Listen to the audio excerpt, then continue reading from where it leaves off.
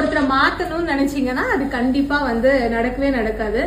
நாம யாருக்கும் அட்வைஸ் பண்ணியோ இல்ல சண்டை போட்டோ இல்ல கோச்சிக்கிட்டோ நீங்க சாப்பிடாம இருந்தோ இல்ல தூங்காம இருந்தோ நீங்க ஒருத்தரை மாத்தணும்னு நினைச்சீங்கன்னா அங்கேயே நீங்க ஏமாந்து போயிட்டீங்கன்னு தான் அர்த்தம். ஏன்னா அந்த டைம்ல ஒருவேளை அவங்க மாறின மாதிரி தெரிஞ்சாலும் அவங்க ஆக்ட் பண்றாங்கன்னு அர்த்தம். யாரும் மாத்த முடியாது. நமக்கு நம்மளே வேணா மாத்திக்கலாம் செல்ஃபா. அது ஹஸ்பண்டா இருக்கட்டும், ஒய்ஃபா இருக்கட்டும், யாரா வேணாலும் இருக்கட்டும்.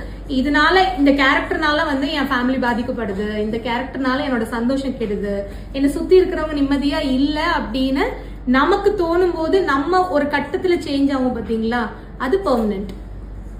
அது என்னைக்குமே திருப்பி மாறவே மாறாது. அதனால ஒருத்தரையுமே சுயமாவே சிந்திச்சு முடிவெடுக்க விட்டுறணும். நீங்க ஸ்பேஸ் கொடுத்துருங்க. நீங்க அந்த ஸ்பேஸை எடுத்துக்கிட்டு நான் திருத்துறேன், நான் மாத்துறேன் நினைச்சீங்கன்னா திடீர்னு ஒரு நாள் என்னடா எல்லாமே சரியா போயிட்டு இருந்துச்சு, இன்னைக்கு திடீர்னு இப்படி மாறிட்டாங்களோன்னு தோணும். அவங்க மாறவே இல்லை, அவங்க அப்படியே தான் இருக்காங்க இல்லையா? சோ நீங்க மாறிட்டாங்கன்னு நினைச்சிட்டு இருக்கீங்க, அவங்க ஆக்ட் பண்ணிட்டு இருக்காங்க, மாறல. ஓகேவா? அதனால உங்க லைஃப சந்தோஷமா கொண்டு போங்க. நீங்க யாரையும் கஷ்டப்படுத்தாம இருங்க. உங்களால யாராவது கஷ்டப்படுறாங்கன்னா நீங்க மாற ட்ரை பண்ணுங்க.